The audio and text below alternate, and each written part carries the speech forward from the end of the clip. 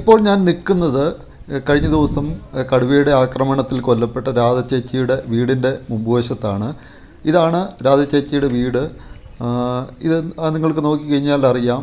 ഇതിൻ്റെ മേലെ സൈഡ്, റോഡിൻ്റെ മേലെ സൈഡ് തേയിലത്തോട്ടമാണ്, തേയില എസ്റ്റേറ്റാണ്. അതിൻ്റെ സൈഡിൽ കൂടെയൊക്കെ ആൾക്കാർ താമസിക്കുന്നുണ്ട്. അടുത്തടുത്ത് വീടും മേലെ വശം തേയിലത്തോട്ടമാണ്. അപ്പോൾ ഈ തേയിലത്തോട്ടത്തിൽ കൂടെ കടന്നു പോകുമ്പോഴാണ് രാധ ചേച്ചി ശരിക്ക് ആക്രമിക്കപ്പെടുന്നത്. അപ്പം സാധാരണ ഒരുപാട് പേര് ഈ സൈഡിൽ കൂടെ ഇങ്ങനെ കടന്നു പോകുന്നുണ്ട്.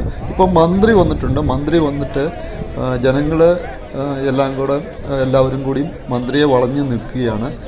മന്ത്രിയും പോലീസ് ഉദ്യോഗസ്ഥന്മാരെല്ലാം ഉണ്ട്.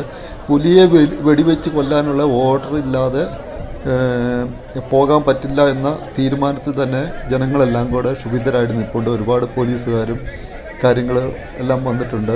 എല്ലാ ഓഫീസർമാരും ഉണ്ട്. മന്ത്രിയുണ്ട്, വനമന്ത്രി ഇവിടെ വന്നിട്ടുണ്ട്. ഇപ്പം ഇവരെ കൂട്ടിക്കൊണ്ട് ചർച്ചയ്ക്ക് വേണ്ടിയിട്ട് ജനങ്ങളുമായിട്ട് ചർച്ച നടത്തിക്കൊണ്ടിരിക്കുകയാണ്. ചർച്ച നടത്താൻ വേണ്ടിയിട്ട് എസ്റ്റേറ്റിൻ്റെ ലാസ്റ്റ് ഭാഗത്തോട്ട് കൂട്ടിക്കൊണ്ട് പോവുകയാണ് കാണുന്നത്. എന്തായാലും വല്ലാത്തൊരവസ്ഥയാണ്, സങ്കടകരമായ ഒരവസ്ഥ. ഇത് ഇന്നല്ലെങ്കിൽ നാളെ നമുക്കാണെങ്കിലും സംഭവിക്കാവുന്ന കാര്യം. അതുകൊണ്ടാണ് ജനങ്ങൾ ഇത്ര ക്ഷുഭിതരായിട്ട് നിൽക്കുന്നത്. എല്ലാവരും ക്ഷുഭിതരായിട്ട് നിൽക്കുകയാണ്. കാരണം ഇവർക്ക് കുഞ്ഞു കുട്ടികളുണ്ട്, ജോലിക്ക് പോകുന്നവരുണ്ട്, എസ്റ്റേറ്റിൽ പണിയെടുക്കുന്നവരുണ്ട്. എസ്റ്റേറ്റിൽ പണിയെടുക്കുന്നവരുടെയും രാവിലെ തേയിലയുടെ ഉള്ളാൻ പോകുന്നവരുടെയൊക്കെ കാര്യം വളരെ കഷ്ടമാണ്. കാരണം തൊട്ടടുത്തടുത്ത് വീടുകളും കാര്യങ്ങളെല്ലാം ഉണ്ട്. കുഞ്ഞുങ്ങളുണ്ട്, സ്കൂളിൽ പഠിക്കുന്ന കുഞ്ഞുങ്ങളുണ്ട്, ചെറിയ ചെറിയ മക്കൾ, കാര്യങ്ങളെല്ലാം ഉണ്ട്. ഇവരെല്ലാം പുറത്തിറങ്ങി നടക്കാൻ പറ്റാത്ത അവസ്ഥയാണ്. ഇന്നലെ 6 മണി കഴിഞ്ഞ് വീട്ടിൽ നിന്ന് പുറത്തിറങ്ങരുത് എന്ന് സ്ട്രിക്റ്റ് ഓർഡർ ആയിരുന്നു. ഇന്നലെ പുലിയെ കണ്ട ഭാഗത്ത് ഇന്നും പുലിയെ കണ്ടു.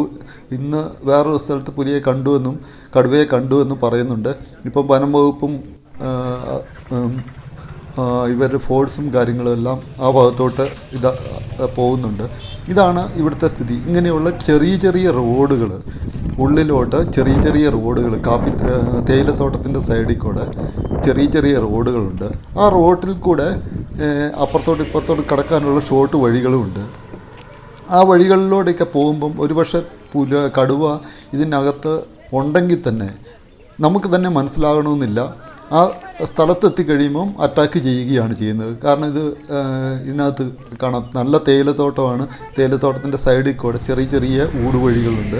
ആ വഴികളിൽ കൂടെയാണ് ആൾക്കാർ അങ്ങോട്ടും ഇങ്ങോട്ടൊക്കെ കടന്നു പോകുന്നത്. എസ്റ്റേറ്റിലോട്ടും അടുത്ത തോട്ടത്തിലോട്ടും ഒക്കെ കടന്നു പോകുന്നത്. ഇപ്പം ഈ കാണിച്ചിരിക്കുന്ന ഈ റോഡിൻ്റെ മേലൊക്കെയാണ് ഇപ്പം കടുവ. ഈ സ്ഥലത്ത് ഇന്നലെ കടുവ കണ്ടു എന്ന് പറയുന്ന സ്ഥലമാണ്. ഈ കടുവ കണ്ടു എന്ന് പറയുന്ന സ്ഥലത്തോട്ടാണ് ഇപ്പം ഈ ഫോഴ്സ് വന്നിരിക്കുന്നത്. മന്ത്രി എന്തായാലും അങ്ങനെ ഒരു തീരുമാനം എല്ലാവരും വിളിച്ച് ചോദിച്ചിട്ടൊക്കെ കടുവയെ വെടിവെച്ച് കൊല്ലാനുള്ള ഓർഡറൊക്കെ ആയി എന്ന് പറയുന്നു. അപ്പോൾ ഇപ്പം ഈ ബൈക്കിന് ഇറങ്ങി വരുന്ന ആ റോഡിൻ്റെ മേലെ സൈഡിൽ നിന്ന് കടുവയുണ്ടെന്ന് പറഞ്ഞിട്ടാണ് ഇപ്പോൾ ഫോഴ്സ് മേലോട്ട് പോയിരിക്കുന്നത്. ഈ സ്ഥലത്ത് ഈ സ്ഥലത്ത് വെച്ചിട്ടാണ് ഇന്നലെ കടുവേനെ ജനങ്ങൾ കണ്ടത്. ഇപ്പം മന്ത്രിയോട് കാര്യങ്ങളൊക്കെ പറഞ്ഞ് വിശദീകരിച്ച് എല്ലാവരെയും പറഞ്ഞു വിട്ടിട്ടുണ്ട്. ഇപ്പം രാധ ചേച്ചിക്ക് പറ്റിയ പോലെ ഇനി ഒരാൾക്കും കൂടെ ഒരു അപകടം വരാതിരിക്കാൻ വേണ്ടിയിട്ടാണ് ജനങ്ങൾ ഒത്തൊരുമിച്ചാണ് നിൽക്കുന്നത്. ഇവിടെ പാർട്ടിയോ മതമോ ഒന്നും നോക്കുന്നില്ല. എല്ലാവരും കൂടെ ഒത്തൊരുമിച്ച് നിന്ന് പോലീസിനോടും മന്ത്രിയോടും കാര്യങ്ങളെല്ലാം പറഞ്ഞിട്ടുണ്ട്. ഉദ്യോഗസ്ഥരോടെല്ലാം കാര്യങ്ങളൊക്കെ പറഞ്ഞിട്ടുണ്ട്. മന്ത്രിക്ക് കാര്യങ്ങളൊക്കെ മനസ്സിലായിട്ടുണ്ട്. ഇതാണ് എസ്റ്റേറ്റിൽ കൂടി കടന്നു പോകുന്ന വഴികൾ. ഇങ്ങനെയുള്ള വഴികളിൽ കൂടി കടന്നു പോകുമ്പോഴാണ് ആക്രമിക്കപ്പെടുന്നത്. കാരണം ഇങ്ങനെയുള്ള വഴികളിൽ കൂടി സാധാരണ കടന്നു പോകുന്നതാണ്, ആൾക്കാർ അങ്ങോട്ടും ഇങ്ങോട്ടുമൊക്കെ കടന്നു പോകുന്നതാണ്.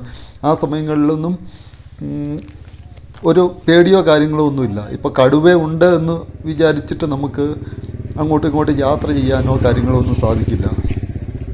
അതുകൊണ്ട് ആൾക്കാർ അങ്ങോട്ടും ഇങ്ങോട്ടുമൊക്കെ കടന്നു പോയി ഇങ്ങനെ ആക്രമിക്കപ്പെടുമ്പോഴാണ് നമുക്ക് മനസ്സിലാകുന്നത് ഇങ്ങനെ കടുവ ഉണ്ടായിരുന്നു എന്നുള്ളത്.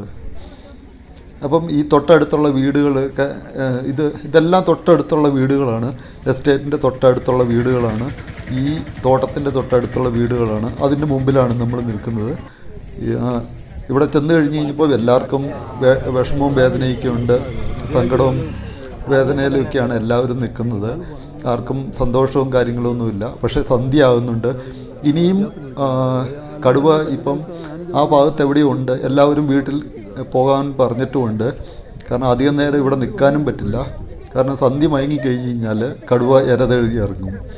അപ്പം പിന്നെ ആരെയാണ് ആക്രമിക്കുന്നതെന്ന് അറിയില്ല.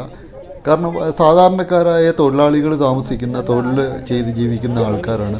അവർക്കിപ്പം രാത്രി ആയിക്കഴിഞ്ഞാൽ മാനന്തവാടിയിൽ നിന്ന് അങ്ങോട്ട് കിട്ടുന്ന ജീപ്പോ, എല്ലാവർക്കും വാഹന സൗകര്യമോ കാര്യങ്ങളൊന്നുമില്ല. എല്ലാവർക്കും വാഹനങ്ങളൊന്നുമില്ല. അപ്പം ഇവർക്കൊന്നും രാത്രി പുറത്തിറങ്ങലെന്ന് പറഞ്ഞു കഴിഞ്ഞാലും ഒരു പരിധി വരെ അതൊന്നും നടക്കുന്ന കാര്യമല്ല. കാരണം ജോലിക്ക് പോകേണ്ടവർ വെളുപ്പിനെ ജോലിക്ക് പോകണം.